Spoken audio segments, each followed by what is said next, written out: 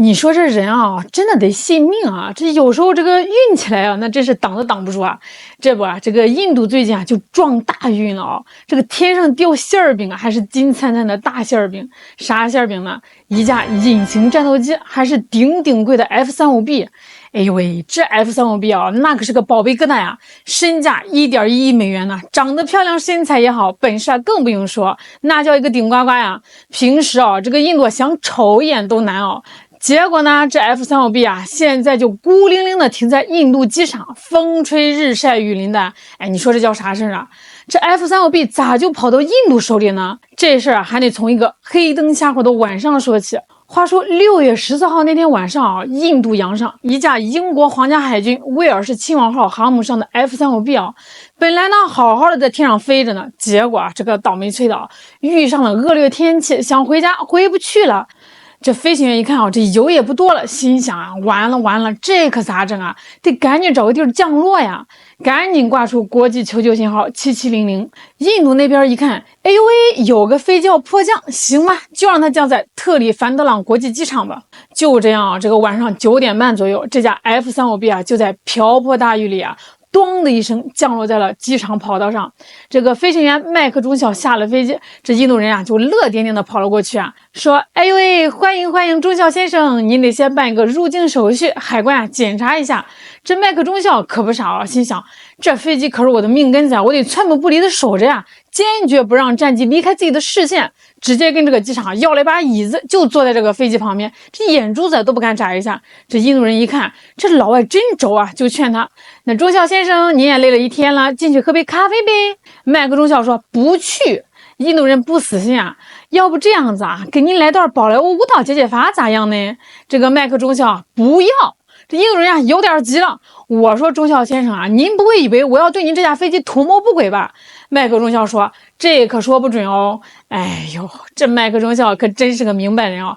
整个晚上愣是没让这个印度人有机会靠近这架 F-35B。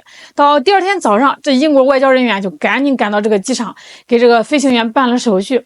威尔士亲王号也派了一架灰背隼直升机，带着这个技术人员和替补飞行员来检查飞机。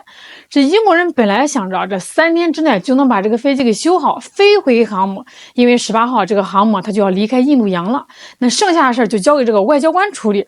一开始啊，大家都没太在意这件事儿。毕竟啊，飞机迫降也不是啥稀罕事儿，更何况这个印度还是英国的好朋友呢。这印度媒体啊，15号还发了几张机场照片，说这个飞机啊在加油呢。这说明啥呀？说明这个飞机啊应该没啥问题啊。英国人准备让它起飞了。可到了17号，灰背隼直升机啊是回去了，这威尔士亲王号也走了，但是啊 ，F-35B 它没飞。这下英国媒体就纳闷了。15号都加油了，咋17号还飞不起来呢？那只有2种可能了，这要么是这个起飞前发现了故障，需要大修，要么就是这个印度方面不让飞。要知道啊，这个机场虽然是阿达尼集团运营的，但也是这个印度南方空军司令部的所在地。要是这个印军啊在跑道上设了啥障碍物啊，那可就麻烦了。后来啊，这个今日印度说这架 F-35B 啊是液压系统出了故障，所以啊才停飞的，还说试飞了3次啊都失败了。当然啊，也可能是其他原因。但更奇怪的是啊，到了这个6月20号，这个维修工作居然暂停了。飞机被印度中央工业安全部队的卫兵看守起来，谁也不让靠近。这英国人呢，就在这个稍远的地方啊，眼巴巴地盯着这架飞机啊。哎呦喂，这个场景啊，怎么看都觉得不对劲啊！这印度人在看守飞机，这英国人在盯着印度人，这是唱的哪出戏啊？威尔士亲王号航母总不能为了这一架飞机耽误行程吧？这18号就要继续往东走了，跟这个澳大利亚和这个新西兰的舰队会合。23号就到了新加坡，等他再回到印度海岸，那就得等到9月份了。所以啊，这架 F-35B 啊，短期内是回不了航母了。这时间一天天过去啊，这事儿就越来越尴尬了。据这个印度时报报道，这个印度空军还建议把这个飞机转移到机库里维修，结果被这个英国人一口回绝。印度空军又提议搭个临时棚屋，也被英国人拒绝了。这英国人宁可让这个飞机在露天停着，也不想让它离开自己的视线。哎，这摆明了就是不信任印度人呀，防贼一样的防着他们呀。这事真的是让英国人头疼啊。虽然 F-35B 是专门为航母起降设计的，抗恶劣天气能力很强，但是长时间的风吹雨淋肯定也会受损的呀。而且国外媒体也不是傻子，都快2周了，这正常吗？真正的问题根本就不是飞机，而是英印之间的互信问题。你看看这些评论一些印度人还在评论区放狠话呢，我们不会还回去的，谢谢英国，还说就当是替换英国从印度抢走的文物。这 F-35B 的隐身涂层能垂直起降的旋转喷管、驾驶舱的航电系统还有作战系统等等那都是机密中的机密啊。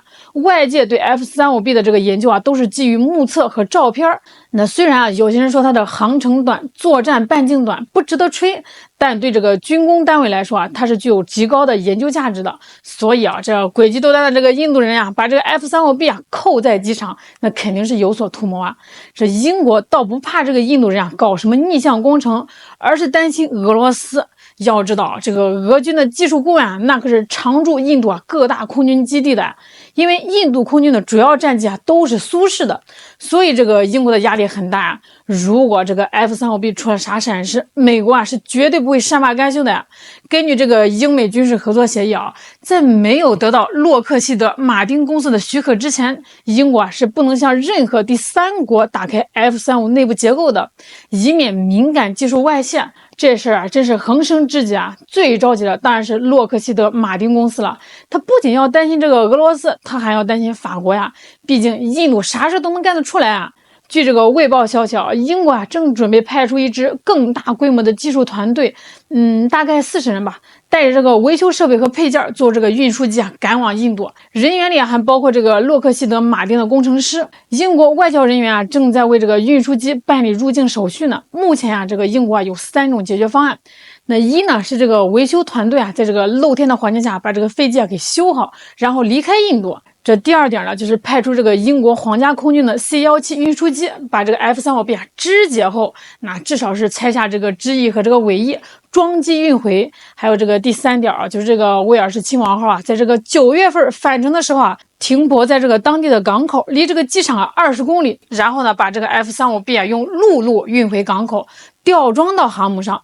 这第一种和第二种方案都有泄密的隐患，因为这个印度肯定会在这个维修和拆解的时候偷窥那如果用第3种方案那 F-35B 就得在这个露天停上3个月这个战机肯定会受损。更何况谁能保证印度不会偷偷刮点隐形涂层下来呢？这一个是防贼防盗，一个是贼头贼脑这就是所谓的友好伙伴、安全联盟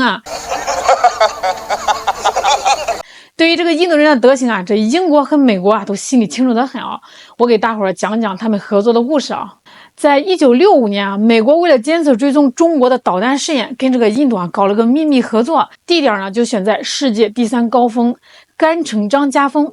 后来呢，英国都觉得那山雪崩太频繁了，这 CIA 就换了个地方，选在了喜马拉雅山脉中部的南达德维山主峰圣女峰。在1965年9月这个美印以这个联合登山队的这个名义前往圣女峰。美方小队由这个 CIA 官员、工程师和核专家组成，还带了个核燃料发电机。这印度人是主要负责登山开路，以夏尔巴人为主。10月8号，这个联合登山队从2号营地向这个3号营地进发。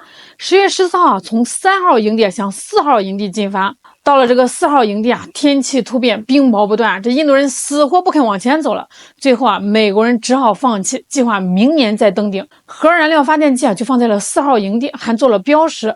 结果到了1966年的5月，美印登山队再一次到达这个4号营地发现去年的这个核燃料发电机不见了，接收器被压碎扔在一边，金属线在另外一个山脊里被发现，还是缠绕过的。这美国人就怀疑这印度人在去年就偷偷摸摸的又登了一次山，把这个发电机给偷走了。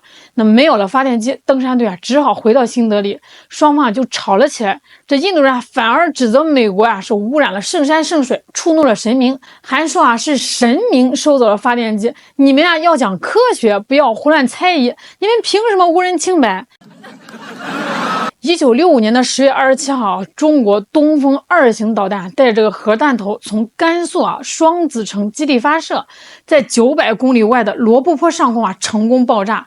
美国人辛辛苦苦忙活了半天啊，啥数据都没监测到，气得把这个美方小组骂了一个狗血淋头啊。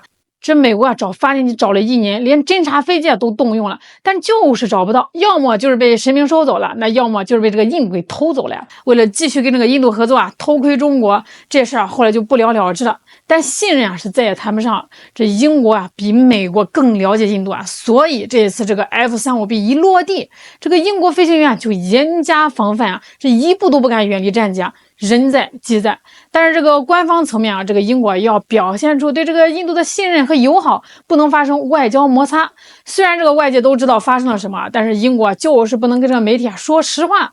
这印度军方则是千方百计的想对这架 F-35B 上下其手这印度正愁买不到5代机呢，这美国又死活不肯卖 F-35给印度，这不巧了吗？天上掉下个现成的，湿婆显灵了。这印度心里能不激动呢？能不想办法吗？这个英国千方百计的想在中国的南海、台海刷存在感，结果呢，却闹出这种笑话。这印度只要把这个 F-35B 骗进机库里，把门一关，还不是想怎么折腾就怎么折腾吗？我建议这个印度还是要向英国要这个机场租金就当是营养费呗。心怀鬼胎的盟友遇事必然是这种结果，这就叫恶人自有恶人磨。好啦，这个就给大家唠到这儿啦，我是小兰，我们下期见。